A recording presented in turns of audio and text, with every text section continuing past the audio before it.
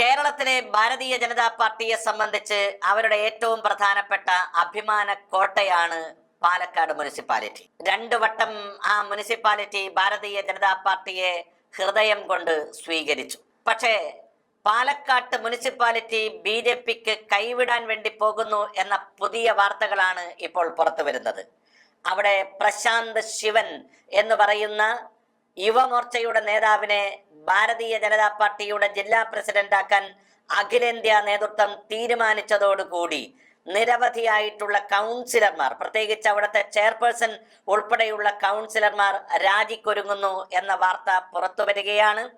കോൺഗ്രസിലേക്ക് നേരത്തെ തന്നെ വന്നിട്ടുള്ള ശ്രീ സന്ദീപ് വാര്യർ ഇപ്പോൾ രാജിവെച്ച് പുറത്തേക്ക് വരാൻ ഇടയുള്ള കൗൺസിലർമാരെയും മഹാഭൂരിപക്ഷം ഭാരതീയ ജനതാ പാർട്ടിയുടെ പ്രവർത്തകന്മാരെയും കോൺഗ്രസിലേക്ക് എത്തിക്കാനുള്ള നയപരമായിട്ടുള്ള സമീപനങ്ങളും ചർച്ചകളും ആരംഭിച്ചു എന്ന വാർത്തയും പുറത്തു വരികയാണ്. സത്യത്തിൽ പാലക്കാട് ജില്ല ഭാരതീയ ജനതാ പാർട്ടിയെ സംബന്ധിച്ച് എന്നും പ്രതീക്ഷയുടെ കൊടുമുടിയായിരുന്നു. അതുകൊണ്ടാണ് ഇന്ത്യയുടെ പ്രധാനമന്ത്രി നരേന്ദ്രമോദി തന്നെ പല ആവർത്തി പാലക്കാട് ജില്ലയിലേക്ക് സ്വകാര്യ സന്ദർശനമായും അതുപോലെ തന്നെ പ്രധാനപ്പെട്ട പാർട്ടിയുടെ റാലികളിൽ സംബന്ധിക്കാനും ഒക്കെ എത്തിച്ചേർന്നത്.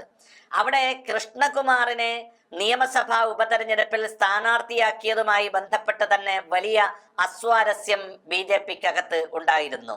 കൃഷ്ണകുമാറിനെ കെ സുരേന്ദ്രൻ ഏകപക്ഷീയമായി സ്ഥാനാർത്ഥിയാക്കിയതാണെന്നും പുറമേ നിന്ന് ശോഭാ സുരേന്ദ്രനെ പോലുള്ള നേതാക്കന്മാരെ സ്ഥാനാർത്ഥിയാക്കിയിരുന്നുവെങ്കിൽ പാലക്കാടിന്റെ ചിത്രം മറ്റൊന്നാകുമായിരുന്നുവെന്നും ചിന്തിക്കുന്ന ഭാരതീയ ജനതാ പാർട്ടി പ്രവർത്തകന്മാരുടെ എണ്ണം വളരെ കൂടുതലാണ്. പക്ഷേ അപ്പോഴും അതിനൊന്നും മുഖം കൊടുക്കാതെ കൃഷ്ണകുമാറിന് വേണ്ടി ആത്യന്തികമായി നിലകൊണ്ട വ്യക്തിയാണ് സുരേന്ദ്രൻ. അതേ സുരേന്ദ്രൻ സംസ്ഥാന അധ്യക്ഷനായി മാറി നിൽക്കുന്ന ഒരു ഘട്ടത്തിലാണ് ഇപ്പോൾ മറ്റൊരു വാർത്ത പുറത്തു വന്നിരിക്കുന്നത്. പാലക്കാട്ട് BJP ജില്ലാ പ്രസിഡന്റിനെ തെരഞ്ഞെടുക്കാൻ വേണ്ടി വലിയ വോട്ടെടുപ്പ് തന്നെ നടന്നു. ആ വോട്ടെടുപ്പിൽ പ്രശാന്ത് ശിവനേക്കാളും വോട്ട് നേടിയ നിരവധി സീനിയർ നേതാക്കന്മാർ പാലക്കാട്ടുണ്ടായിരുന്നു. പക്ഷേ അവരെ എല്ലാം മാറ്റി നിർത്തി പ്രശാന്ത് ശിവൻ എന്ന് പറയുന്ന യുവമോർച്ചയുടെ നേതാവിനെ അഖിലേന്ത്യാ നേതൃത്വം ഇപ്പോൾ BJPയുടെ ജില്ലാ പ്രസിഡന്റായി വാഴിക്കാൻ തീരുമാനിച്ചതാണ് പൊടുന്നനവേ കൗൺസിലർമാർ ഉൾപ്പെടെയുള്ളവരുടെ മനസ്സിൽ വലിയ തോതിലുള്ള അമർഷം പൊട്ടിപ്പുറപ്പെടാൻ ഇടയാക്കിയിട്ടുള്ളത്. സ്വാഭാവികമായും പാലക്കാട്ട് BJPക്കുണ്ടാകുന്ന തകർച്ച ആ മുനിസിപ്പാലിറ്റിയിൽ മാത്രം ഒതുങ്ങുന്നതല്ല. കേരളത്തിൽ ഉടനീളം അതിന്റെ അനുരണനങ്ങൾ നാളുകളിൽ കാണാൻ വേണ്ടി പോകും എന്നുള്ളത് ഉറപ്പാണ്. പ്രത്യേകിച്ച് ശ്രീ കെ സുരേന്ദ്രന്റെ കഴിഞ്ഞ 2-3 വർഷക്കാലത്തെ പ്രവർത്തനത്തോട് BJPയിലെ വലിയ ഒരു വിഭാഗത്തിന് അതൃപ്തിയുണ്ട്. BJPയിലെ വലിയൊരു വിഭാഗം ഇപ്പോൾ സുരേന്ദ്രന്റെ പ്രവർത്തനങ്ങളുമായി ഒരു തരത്തിലും സഹകരിക്കുന്നില്ല. പ്രത്യേകിച്ച് ശോഭാ സുരേന്ദ്രനെ പോലുള്ള നേതാക്കന്മാർ സംസ്ഥാന അധ്യക്ഷ പദവിയിലേക്ക് കടന്നു വരാൻ വേണ്ടി നിരന്തരമായി ദില്ലിയുമായി ബന്ധപ്പെടുകയും ദില്ലിയിൽ നേരിട്ട് ചെന്ന് ചർച്ചകൾ നടത്തിക്കൊണ്ടിരിക്കുകയുമാണ്.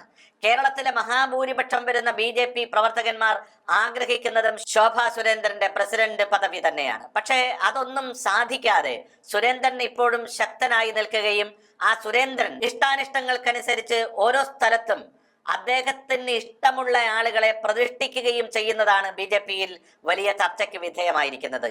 ഇപ്പോൾ കാസർഗോഡ് ജില്ലയിൽ തന്നെ അവിടെ ശ്രീകാന്തിനെ മാറ്റി അവിടെ ലോക്സഭാ തെരഞ്ഞെടുപ്പിൽ മത്സരിച്ച വനിതാ സ്ഥാനാർത്ഥിയെയാണ് പ്രസിഡന്റ് ആക്കിയിരിക്കുന്നത്. നേരത്തെ തന്നെ ശ്രീ കെ സുരേന്ദ്രന്റെ ഏറ്റവും അടുത്ത അനുയായിയും വിശ്വസ്തയുമാണ് അവർ എന്നുള്ള പ്രചരണം കാസർഗോഡ് ജില്ലയിൽ ഉണ്ടായിരുന്നു. അങ്ങനെ സുരേന്ദ്രൻ ആഗ്രഹിക്കുന്ന ഒരു പറ്റം ആളുകളെ ഈ 30 ജില്ലാ പ്രസിഡന്റുമാരുടെ പദവിയിലേക്ക് നിയമിക്കാനുള്ള നീക്കങ്ങൾ BJPയിൽ സജീവമായത് യഥാർത്ഥത്തിൽ കേരളത്തിലെ BJPയിൽ ആകെ വലിയ തോതിലുള്ള സംഘർഷത്തിന് വഴിവെച്ചിരിക്കുന്നു. BJP കേരളത്തിൽ ഒരു വട്ടം കൂടി തകർച്ചയുടെ ഭൂമികയിലേക്ക് കടന്നു പോവുകയാണ് എന്ന് പാലക്കാട് നമ്മളോട് വിളിച്ചു പറയുകയാണ്.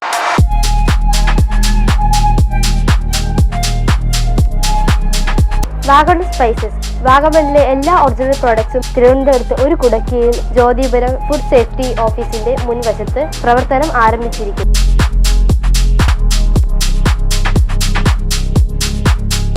കശുവണ്ടി, കുരുമുളക്, ഗ്രാമ്പു, ഏലക്ക, പട്ട, കാഷ്യൂനട്ട്, നട്ട്സ്, ആൽമണ്ട് എന്നിവയെല്ലാം ഇവിടെ ലഭ്യമാണ്.